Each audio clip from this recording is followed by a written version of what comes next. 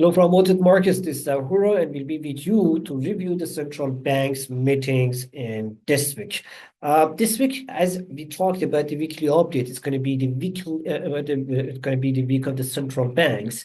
So far, we had the Japanese Central Bank or BOJ meeting earlier today. Later today, we're going to have the result of the Federal Reserve meeting. Tomorrow, we're going to have the BOE meeting or Bank of England, and later also on Thursday, we're going to have the central bank's meeting in South Africa, and on Friday, we're going to have the central bank meeting in Russia.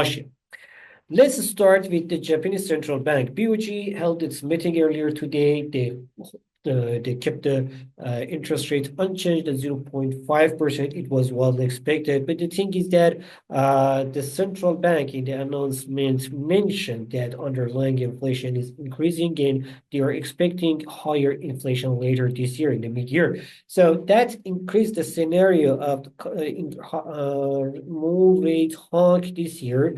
Generally, we are expecting for now to see the central bank in Japan to increase the rates by 225 basis points from to the current rate, and we have the interest rate later end of this year at 1%. We know that labor wages increased in the previous weeks, and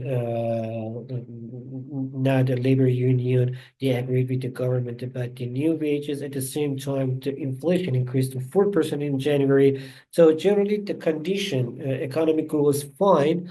We saw that the imports has increased very well compared to previous one. Even thought it was a little bit lower than expectation, but generally the exports improved very well. Generally, we can say that economic condition is fine in Japan. Inflation slowly increasing, wages increase, so they're bringing the inflation more in the focus, the risk of inflation. That's why the central bank right now has more reason to increase the rates in next meeting. So that's why we are expecting more hawkish central bank in Japan or BOJ. That caused I mean, it helped the Bank of Japanese yen to increase a little bit against its process. But now, if you see the slight uptrend in the USD JPY, it's because of mostly the power of the US dollar index. You know that the US dollar index earlier today from 102.19 increased about 103.40. That's made the USD JPY to, I mean, that put a little bit pressure on Japanese yen, and USD JPY have slight uptrend. Even thought this one, if we didn't have this decision earlier today and the central bank had it was a little bit less hawkish, we could see more pressure on Japanese yen against US dollar, and maybe USD JPY could increase, drop to 152 or 53. But right now, because of this decision in Japanese central bank, we can say that the yen got slightly its feet stronger. So now it's slightly stronger, but despite the increasing US dollar index, USD JPY somehow we can say this is smooth and natural, slightly lost the ground to the against US dollar, but against pound, against yen, against yuan, against euro, the US Japanese yen is getting stronger. Generally, this decision was fine and positive for Japanese yen and put some slightly pressure in Japanese stock market. On the other hand, later today in United States, actually, we can say that later today, we're going to have the final results of 2 days meeting of central bank in United States. Federal Reserve will publish its announcement, and also after that, we will have the dot plots, and later we will have in 30 minutes later we will have the Mr. Powell's press conference. What we should expect, the central banks is expecting to hold the rates at 4.5%. This is widely expected, and we don't have somehow the market is counting more than actually pricing more than 99% on not on holding the current rate. So there's a more than 99% chance for holding the current rate. That's why we can say that somehow there is no reason to see the rate cut meeting. But the thing is that right now the market mostly pricing in two more rate cuts by year end. So which means that at the end of 2025, we should see the inflation interest rate at 3.75%, or average of 3.9%. If we see this number higher or lower, it means that the higher, if it's higher, more than 3.9%, means that Federal Reserve is going to be more hawkish, which is very less likely. The thing is that right now, despite according to the slower economic growth and the lower expectation for the economic growth because of the trade war, the market somehow counting on a lower GDP, which means the central bank should cut the rates more to support the economy. So if we see these numbers, 3.9 and 3.4% for this year and next year for 2025, by end of this year and by first quarter of this 2026 or the first quarter of 2027, if these numbers change, then we can say that okay, it is, I mean, if it comes lower, 3.9 is become to 3.8 or 3.4 become to 3.3, which is expected to be happen.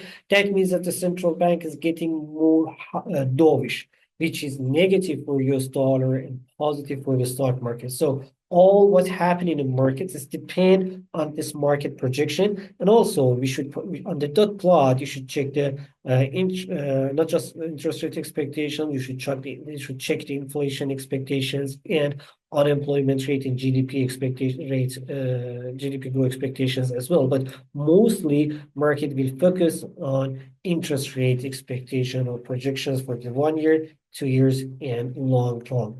So this is what's going to happen here. What we are expecting to see is that the central bank do not mention on the projection. We don't expect to see any changes in this number generally, which means for now that could be somehow a little bit more hawkish tone in the statement and the dot plots.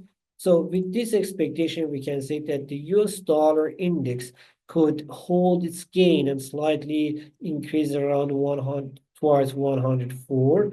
Even not 104, but higher these levels towards 104. And generally, we're expecting a positive reaction from dollar index, which means that stock market with this decision will get slightly under pressure. So after some correction that we had earlier this week till now, we can say that after this meeting, we should expect some pressure on the stock market.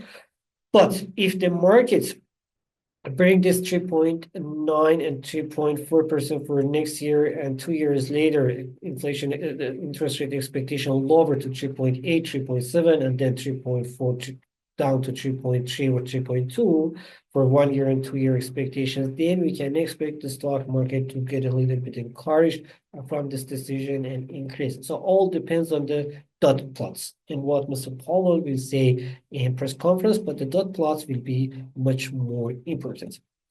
And next day, on Thursday, tomorrow, we're going to have the BOE meeting. In the United Kingdom, we know that recently we had more weakness economic data. Right now, the unemployment rate increased to around 4.4%. Generally, economy is under pressure. Even thought the inflation, which was increasing till January and February, slightly decreased and slower, but still way lower than the central bank target. That's why we expect at the same time, we know that the new government's policies, they are somehow the inflationary. So with this expectation, we can say that the central bank can hold the interest rate at 4.5% unchanged. So our expectations for inflation is 4.5%, 2 votes for cutting the rate and 7 votes for holding the current rate. Whatever the market reaction will depend directly on these numbers. If the numbers doesn't change, it means that we can say that the pound could hold somehow its gain. But if we see more votes for rate cut, for example, if that come to this 2 become 3 or 4, 4 is less likely, but 3 is likely, then in this case we can say that the British pound could get slightly under pressure against US dollar index. Let me bring the chart. In this case, in this case, if the number two, I mean the in expectation calendar, or the number of the votes for cutting the rates from two to increase to three, then we can say that USD GBP USD could get slightly under pressure with 1.28 targets. But if not, GBP USD can hold its gain, especially about 1.25 and 1.27. We can say that for downside movement with uptrend tendency is more likely. But still, generally the pound could be positive or the negative. Pound against US dollar is dependent also on the Federal Reserve meeting as well. After the Federal Reserve and BOE, the less important but still the important meetings would be in South Africa. We know that the South African Central Bank, or Reserve Bank of South Africa, is expecting to hold the rate at 7.5%. And next day in Russia, Central Bank of Russia, or CBR, also supposed to hold the rate at 21%. These two data should be positive for ZAR and Russian ruble. This is generally the central bank's meetings for today, tomorrow, and the day after on Friday, and market expectations. If you had any other question, don't forget to write in the comment section. I will try to get back to you as soon as possible. We will try to have more videos next days, but if not, this is our general expectation. Have a good day. Bye-bye.